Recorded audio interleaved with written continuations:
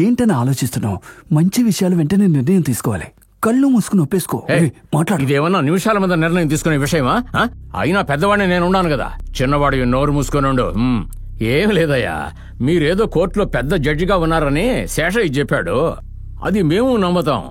మీరు తలుచుకుంటే పెద్ద జమీందారుల పిల్లనో పెద్ద ధనవంతుల పిల్లనో చేసుకోవచ్చు. అవన్నీ వదిలేసి ఏమీ లేని నా మనవడి చెల్లెల్ని అడుగుతా ఉండారు.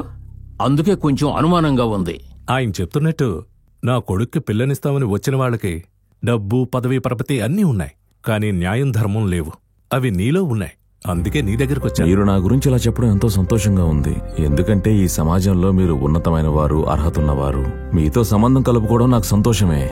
కానీ అంతకు ముందుగా మీ కొడుకు గురించి పూర్తిగా తెలుసుకునే ఓ నిర్ణయానికి రావాలి. ఏంట్రా మనం మొహం మీదే వీడిలా మాట్లాడుతున్నాడని తప్పుగా అనుకోకండి. పెళ్లి జరగక ముందు 100 సార్లు ఆలోచించవచ్చు, కానీ పెళ్లైన తర్వాత ఆలోచించి ప్రయోజనం ఉండదు. అందుకేనయ్యా. తప్పకుండా తెలుసుకోండి. మీకు గుడి కోర్టైతే వాడికి కోర్టే గుడి. CRR number 120 2017 petitioner Subhash Chandrabose, advocate K Krishnavamsi. నమస్కారం సార్. అన్నా, పెళ్లి కొడుకు తెల్లగా అందరికన్నా ఎత్తుగా ఉన్నాడనా? లక్షణంగా ఉన్నాడురా. ప్రతివాది litigant Venkatrao, advocate N Chengaiah. Litigant Venkatrao, litigant Venkatrao, litigant Venkatrao. మొదట పిటిషనర్ తరపున. మై లార్డ్, ఈరోజు విచారణకు వచ్చిన ప్రతివాది పేరు వెంకట్రావు. కానీ ఆ వెంకట్రావు పేరు ముందున్న లిటిగెంట్ ఆయన కలుపుకున్నది. ఆయన బావ పేరు ఆదికేశవ. ఆ ఆదికేశవుని ఎవరైనా ఎదిరించినా, కేసు వేసినా ముందు బెదిరిస్తారు, వినకపోతే చంపేస్తారు. ప్రస్తుతం ఆయన మీద 7 హత్య కేసులు ఉన్నాయి. అందులో 5 హత్య కేసుల్లో ఎలాంటి సాక్ష్యాధారాలు లేవంటూ ఆయన్ని కోర్టు విడుదల చేసింది. అయితే ఒక జంట హత్యల కేసులో జడ్జిమెంట్ ఈయనకు వ్యతిరేకంగా వచ్చి 20 ఏళ్లు యావజ్జీవ శిక్ష పడింది. కానీ ఆయన శిక్ష పూర్తిగా అనుభవించకుండా కేవలం 5 సంవత్సరాలే జైల్లో ఉన్నారు. గవర్నమెంట్ ఉత్తర్వుని కారణంగా చూపి తన రాజకీయ పలుకుబడితో ఈజీగా బయటకు వచ్చేశారు. విడుదలైన మరుసటి రోజే తన ఊరి చెరువులో స్నానం చేస్తున్న శంకర్ అనే వికలాంగుణ్ణి ఈయన హత్య చేశారని ఆర్టీఓ సుభాష్ ఆధ్వర్యంలో ఈయన మీద విచారణ జరుగుతోంది. సత్ప్రవర్తన పేరుతో విడుదలైన వారిపైన 2 ఏళ్ల వరకు ఏ కంప్లైంట్ ఉండకూడదు. ఒకవేళ ఆయనపైన ఏ సందేహం ఏర్పడినా ఆ విడుదల రద్దవుతుందని చట్టంలో ఉంది. కనుక ఆయన విడుదల రద్దు చేసి నా క్లయింట్కి న్యాయం చేయమని సవినయంగా కోరుకుంటున్నారు. That's all your honour. Defence లాయర్గా మీరేం చెప్తారు? నాకు కొంచెం టైం కావాలి యువర్ ఆనర్. వచ్చే నెల 25వ తేదీకి వాయిదా వేస్తున్నాను. థ్యాంక్స్ అయ్యా.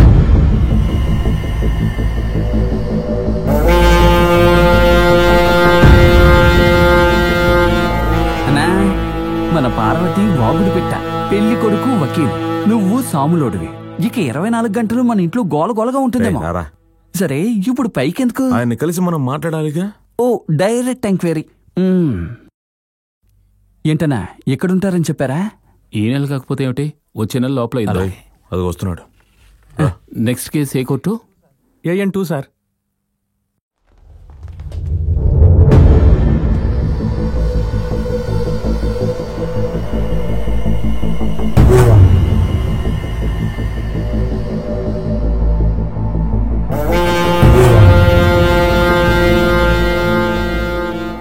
పోవడానికి రెడీయా? అర్థం కాలేదా? గొడవ గురించి చెప్పాను. ఈ ఊళ్ళో పోట్లకెత్తాలంటోళ్ళం, అలాంటిది మాతోనే ధీటుగా గొడవ దిగుతున్నావు. ఇంతవరకు 7గురిని హత్య చేసినట్టు నువ్వు చెప్పావు. ఇక పైన జరిగే 8వ హత్య గురించి నేను చెప్తాను. అసలే నేను మొండోడిని. నాలాంటి మొండోడి చేతిలో నువ్వు చావకుండా ఉండు.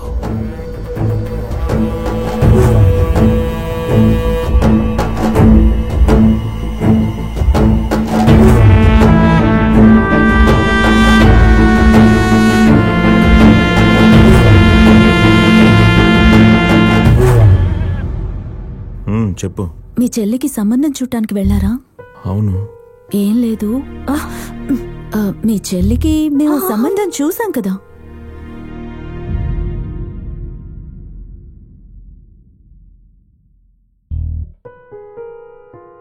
మీరు కంగారు పడేంతగా ఏం జరగలేదు. మీ చెల్లికి నాకు ఒక చిన్న ఒప్పందం ఉంది. ఆ రోజు మీరు కాలేజ్కి వచ్చారు కదా, ఫంక్షన్ అయ్యాక మీ చెల్లి వచ్చి నన్ను కలిసింది.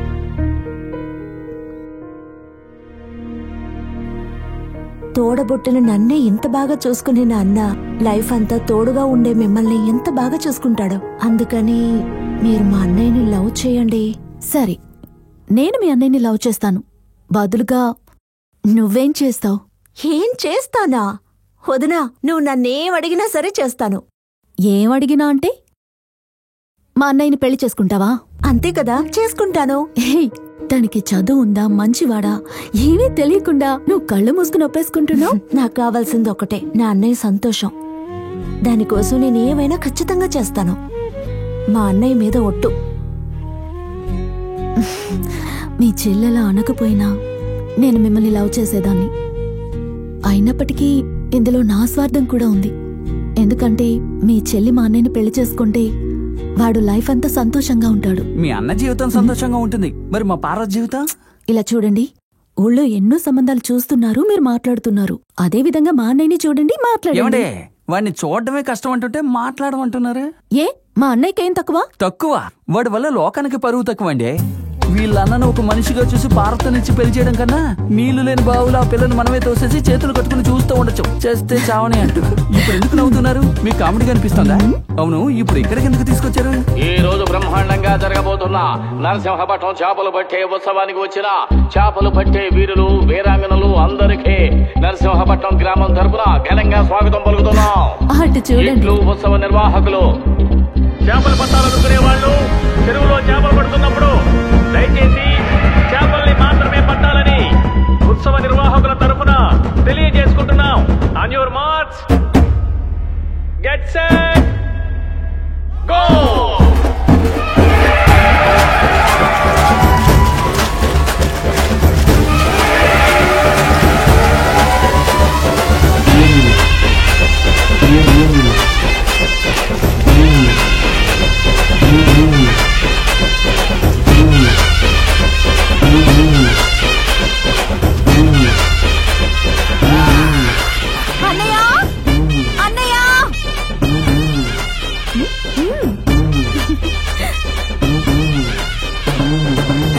వీడిని మామూలుగానే చూడలేం, ఇక ఒళ్ళంతా బురదతో భయంకరంగా ఉన్నాడన్న వీడు.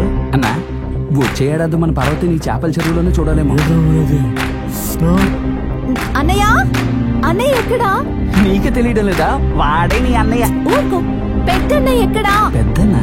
ఇంకో పెద్ద రౌడీనా?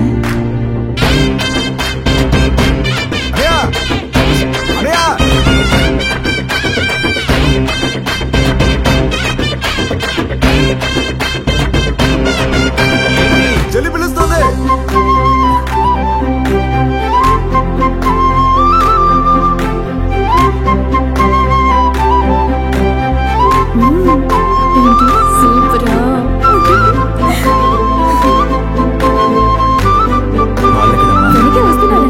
కృష్ణ, పాలు తీసుకురా, కాఫీ పెట్టామా? అలాగే అన్నయ్య.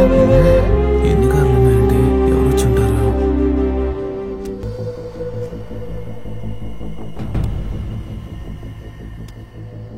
రండి రండి రండి రండి రండి. ఎంతసేపు అని ఇక్కడే కూర్చోవాలి?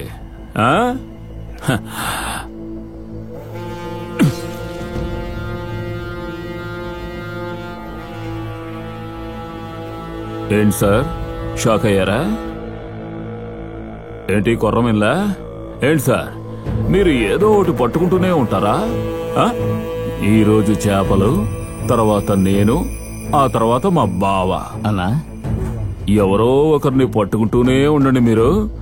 నేను కూడా ఎవరో ఒకరిని కోస్తూనే ఉంటాను. బావా, ఆయన కొడుకోయి. ఏంటి సార్, మీ కొడుకు కోయమంటారా లేక మిమ్మల్ని వేసేయమంటారా?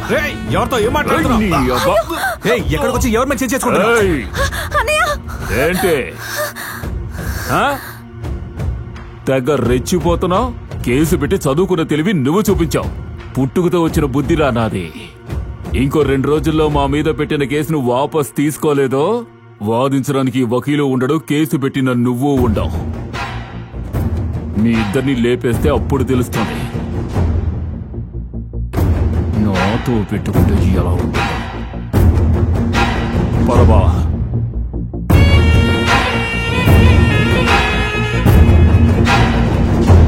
నువ్వురా తల్లి.